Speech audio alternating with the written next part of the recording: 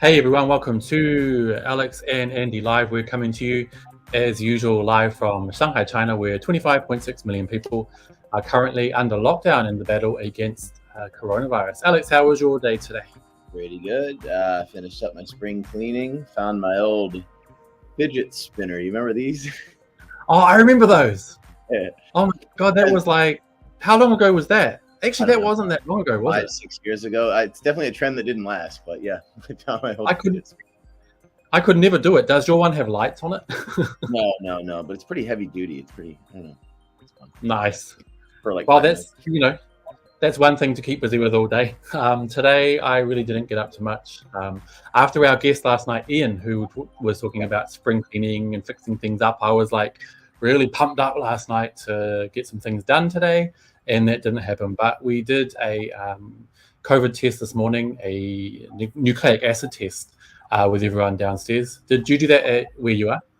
Did not have a COVID test today at all. Don't know if that's a good sign or a bad sign or what it means, but I didn't have one.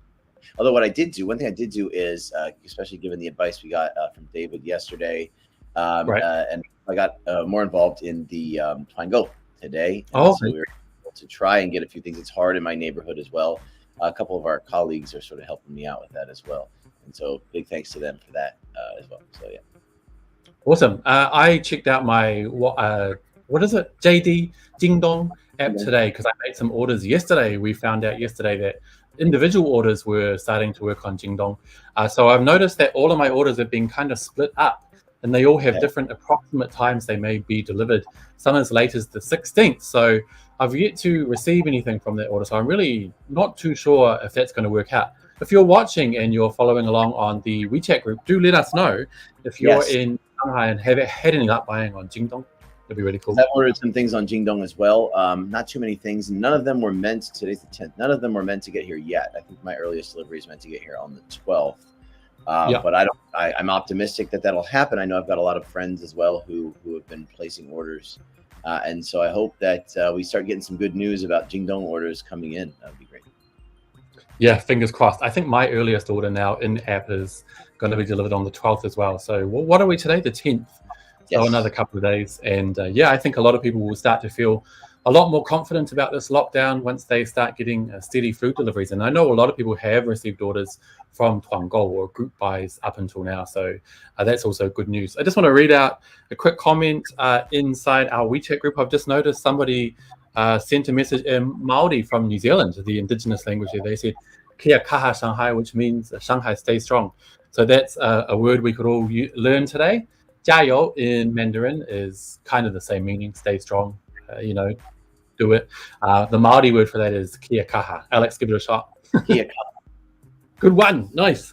Okay, speaking of kia kaha, staying strong, I do need to mention today's numbers from Shanghai today. They are slightly up on yesterday. Well, actually, the new symptomatic cases are down slightly, but I think it's negligible.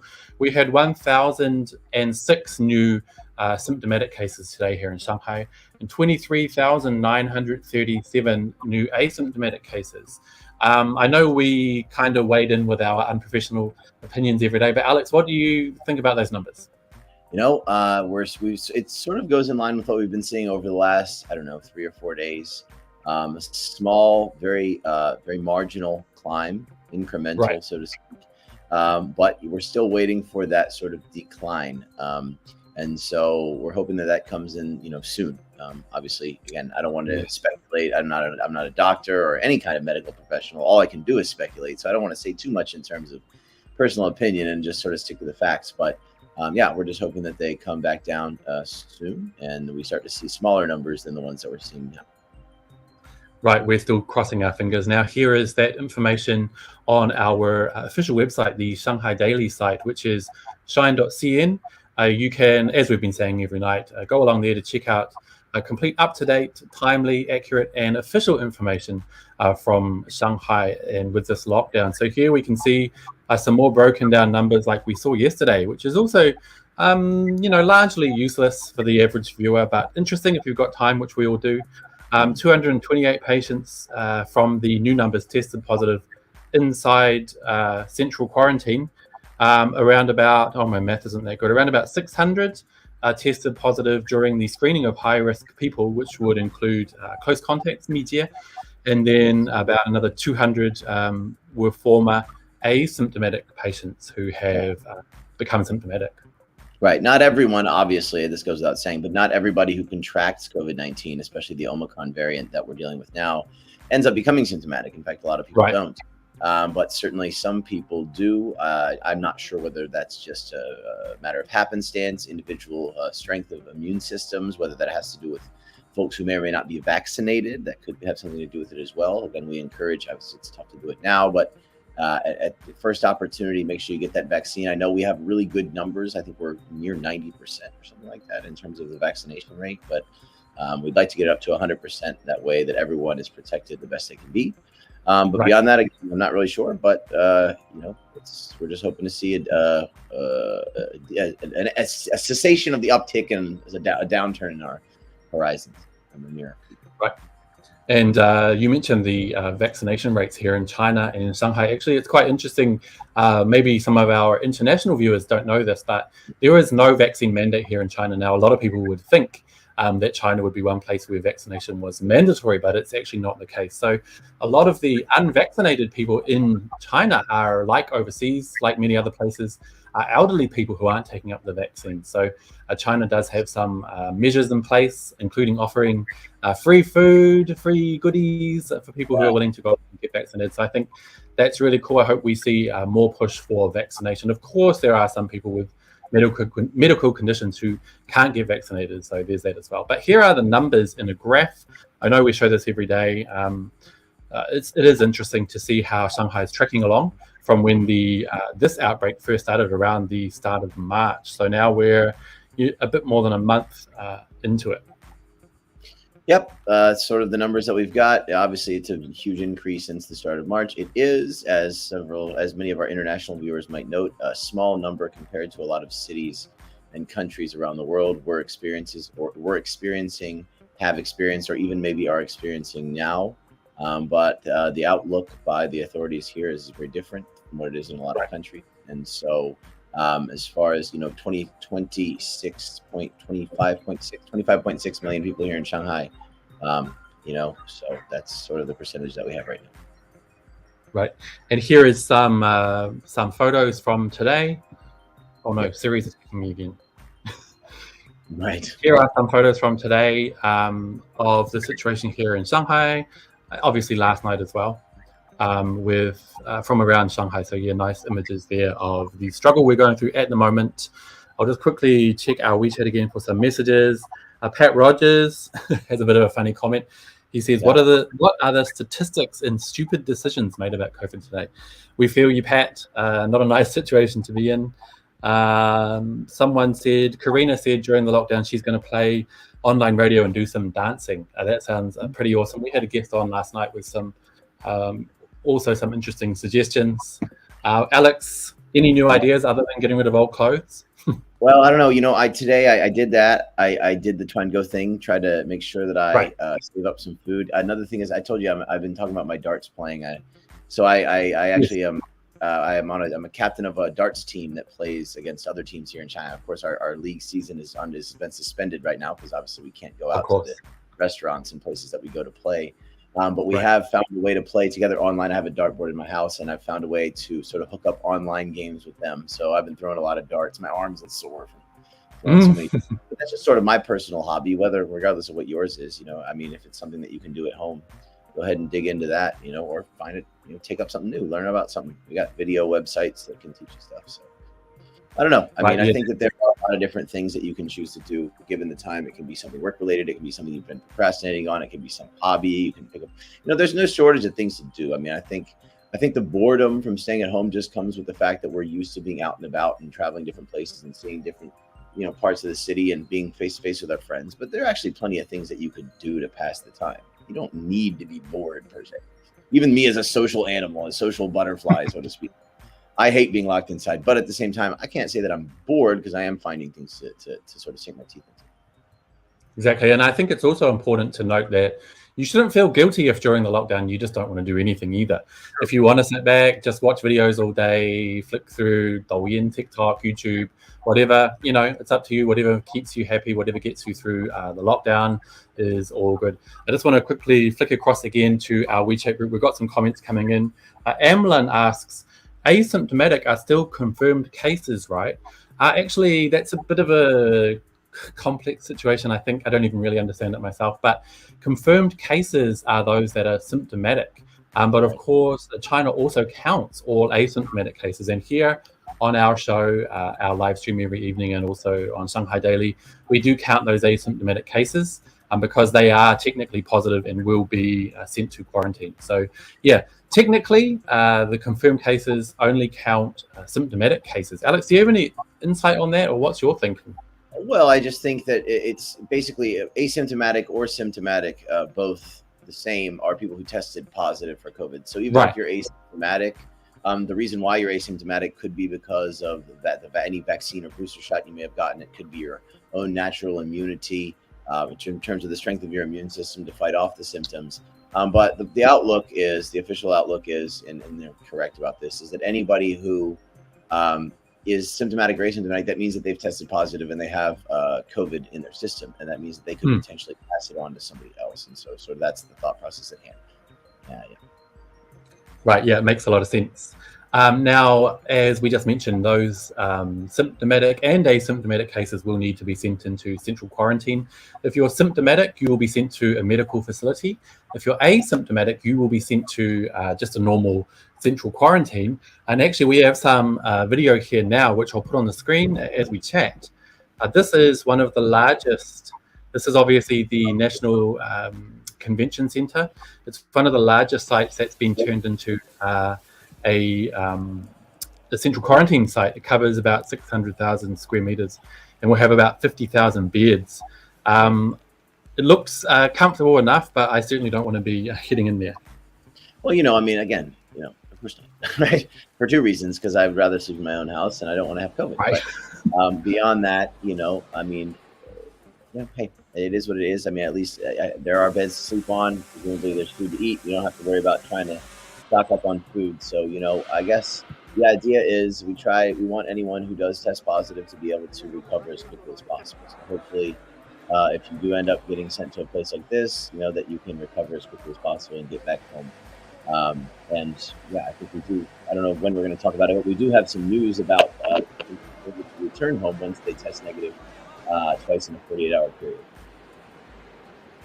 Right, and I'm just looking at the story on Shine, because some people have been complaining that when they're in these central facilities, they don't have showers. But actually now some of these facilities are being fitted out, according to our report, with independent toilet and shower rooms, along with new sewage systems. I think we just saw that there. Domestic wastewater from these facilities will not be discharged until it undergoes repeated disinfection, so that's good to know. And a super large exhaust system was also installed to ensure a circulation of clean air. Now, we know that the circulation of clean air is very important in terms of airborne viruses like COVID-19. So it's good to see all these steps being put into place. But yeah, this is footage of one of Shanghai's largest refurbishments of an existing centre. There it is there. That has been turned into a makeshift COVID quarantine site. I think we're looking at a new location now. Alex, what do you reckon? Yeah, it is. It's like I said, it's a huge expo facility that's been sort of refurbished into a large place to help people recover from their asymptomatic infections. Hopefully, most of the people can just recover from that without developing symptoms, without needing to seek additional medical treatment, and then can return home once that's done, once they're testing negative again. Right, it's important, obviously, to go through the proper procedures, which Alex just mentioned. 2 negative COVID tests in sequence. I spoke with somebody who is under quarantine right now, and they've had more than 2 negative tests, but in the middle they tested positive again. So it's a tricky situation where you need to make sure that it's 2 negative tests in sequence, and then you'll be allowed to head home for continued home quarantine. And speaking of that, I'll just quickly switch to Shine again. We have 11,000 people already who have been released from these quarantine sites in Shanghai since March. Those are all people who had mild symptoms and were able to heal, obviously, and head home. So those are quite big numbers, Alex. Yeah, it's good. It's good to see. And clearly that number is going to continue to rise as people are able to fight off the virus with the strength of their own immune systems, just by being healthy, whether they're taking any extra measures to sort of help boost their immunity and just be healthy in general. Right. Yeah. And the other thing I did want to mention that I saw, I'm not sure if it's mentioned in this article, but it is the case, is that there were some rumors and there were some reports several days ago of people coming out of quarantine and then their neighborhood committees telling them that they're not allowed back into their own apartments because their neighborhood. Yeah, I did see that. Said, we're afraid we're not welcoming you back in. Well, that has been refuted. Well, that has been rebuked, turned back. That's not the case. In whatever neighborhood that happened, that was shot down. Anyone who tests positive and is released from a quarantine facility tests negative.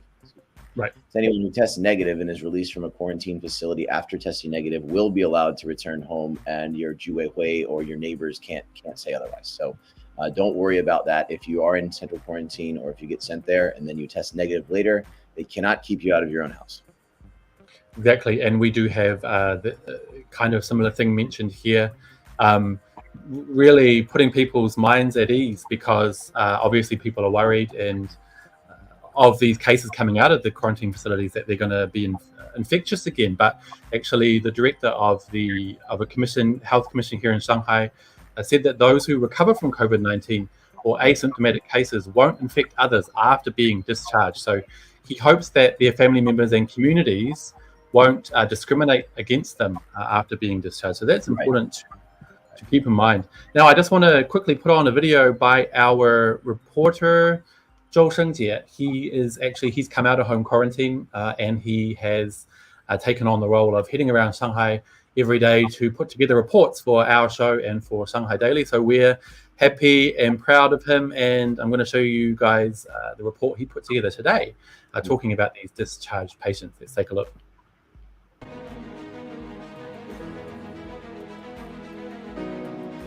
数字患者2272名。目前情况来看，整个内伤的情况还是相对来说比较稳定。待会儿10名患者符合了出院标准，就可康复出院。好，这个居家。好，谢谢。医护人员你们辛苦了。除了间隔24小时连续的2次核酸检测阴性了之后。也没有临床症状，特别不舒服，我们考虑给他出舱的，组织专门接送的车辆把他送到家里居家隔离7天。整个后期的话，我们是差不多3天要值1次通宵，然后每天的话是7点多钟到这边，晚上的话一般是凌晨2点多3点多。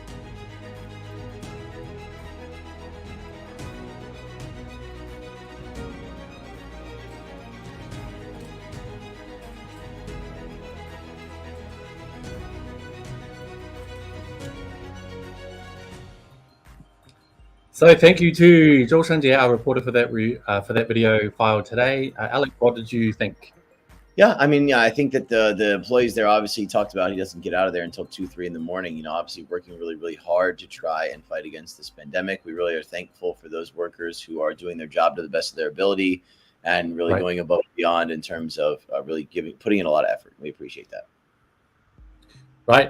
Someone put a comment in WeChat. They're saying, please go to see those Fangcang and all the terrible things that happen in there. Now, we know it is not ideal, obviously, not an ideal situation. It's some of the places have no showers. People don't want to be there. But right now we're in a bit of a crisis. So at the moment, our best option is to follow the guidelines, do what we can, and do what we can also outside to make sure we don't have to end up there. But yeah, those are not ideal places to be, and we're not sugarcoating that in any way. Alex, what are your thoughts?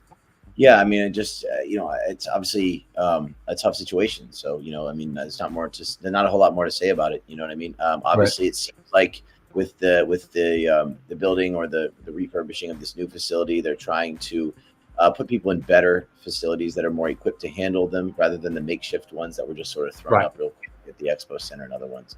And so hopefully, sooner rather than later. I know that facility is open today. Is it open yet? Anyway, if it'll be open.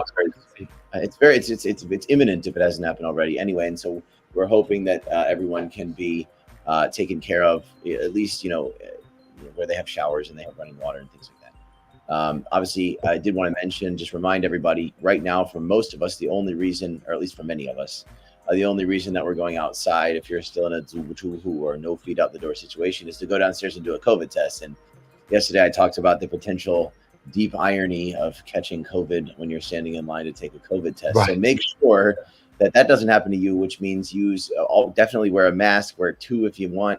If you've got a KN95 or an N95 or any of those kind of masks, take those out. This is probably the best time to do that, because you don't want to end up catching COVID in a situation like that.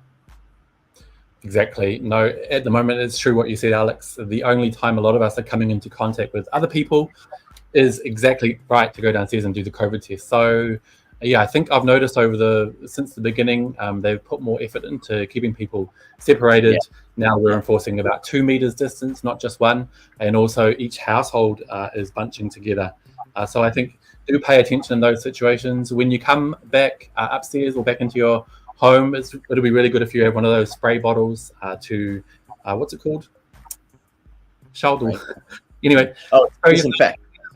disinfect, and do the utmost. And also, if you can, wear some rubber gloves when you go out if you're taking trash down at the same time, and throw those out to your door. Definitely wash your hands when you come back. Exactly, wash your hands. And just look after yourselves. Those, obviously, like I said before, it's really not ideal to be there. People are not enjoying it, but it is what it is, and there's nothing more that we can say. But let's move on now then to the other story, which was, you talked before about Tuangou group buying. Yes. Now the government has vowed to step in, much to a lot of people's dismay at present, to ensure regulations of group buying. Alex, have you read this story? A bit. Tell me a little bit more about it. What do you mean by to ensure regulation? What are they? Well, basically, some people, now I don't know, we haven't verified this, but some people that I've been speaking to have been saying that some individuals organizing Tuangou in their communities have been maybe jacking up prices or changing. For example, they may say you'll get a kg of tomatoes and giving less. Things like that. So the government has said they'll step in to ensure some regulation of these group buying measures to ensure that people are being honest and basically not ripping people off. I think it's a good idea, but at the same time, I think, I don't know what I think about that. But they do say if you do find anything untoward or you feel like you're being ripped off by somebody organizing Tuangou, you can call 12345, which is the 24-hour public service hotline. Again, not a great option considering people are having trouble getting through.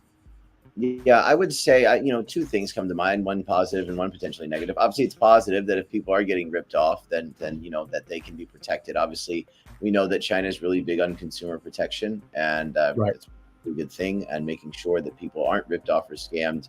Situations like that. The only negative is, I hope that they don't go too far, because obviously we need a lot of people, as many people enthusiastically, like David, who we had on yesterday, not just foreigners, whomever, enthusiastically encouraging and actively participating in starting Tuangou things, because without that, a lot of us are really going to struggle, or at least up to date, right, have struggled in terms of being able to secure all the foods that we need. And so we don't want people to be afraid of starting one of these group buys because they're afraid of getting accused of something untoward. So I feel like it's good, but as long as it doesn't go too far, I think it can be a positive thing.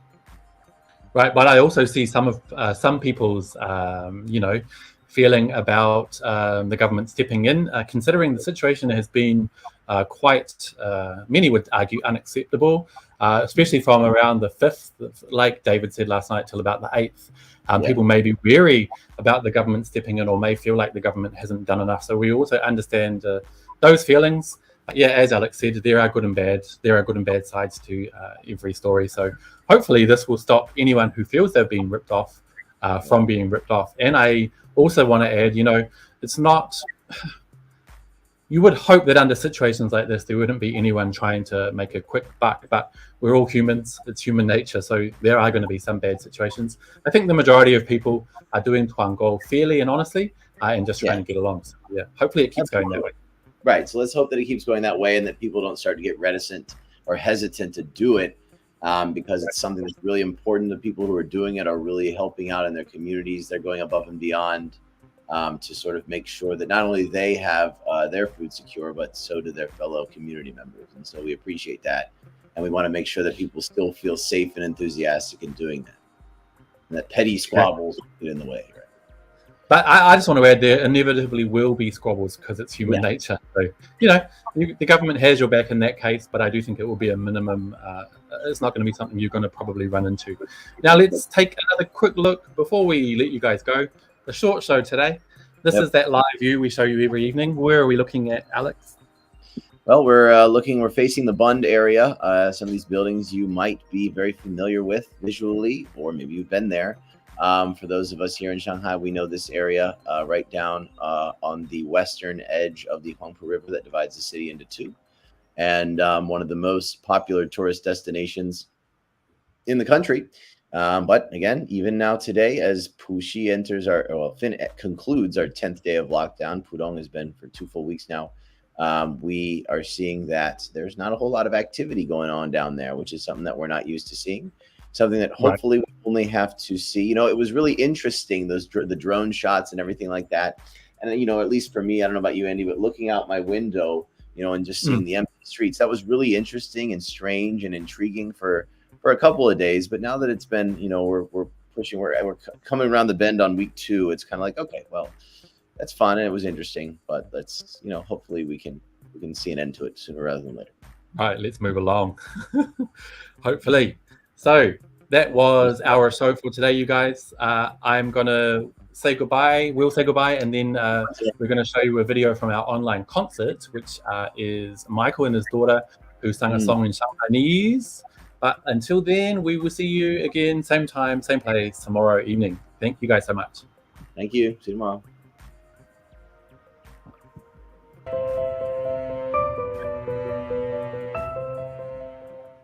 Today we're gonna sing a song in Shanghai dialect, and the name is Gali Deng De, Gali Deng De.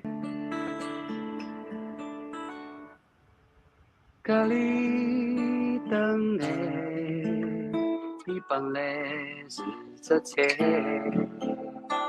来上海，吃过的人在讲在。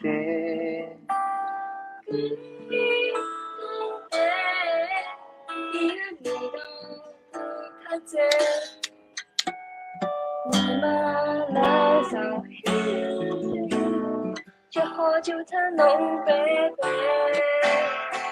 跟侬爱些会10天之后再出来。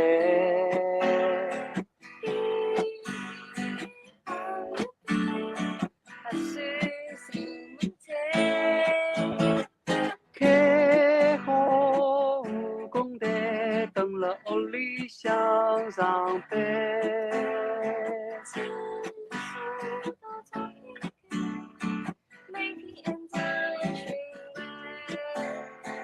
义务工作者，没日没夜上班，社区的子女在，有家不能回。抗疫了上海，几心血来就来塞，隔离等待。味道下去在，隔离等待，春天就要来。老齡啊，老齡啊！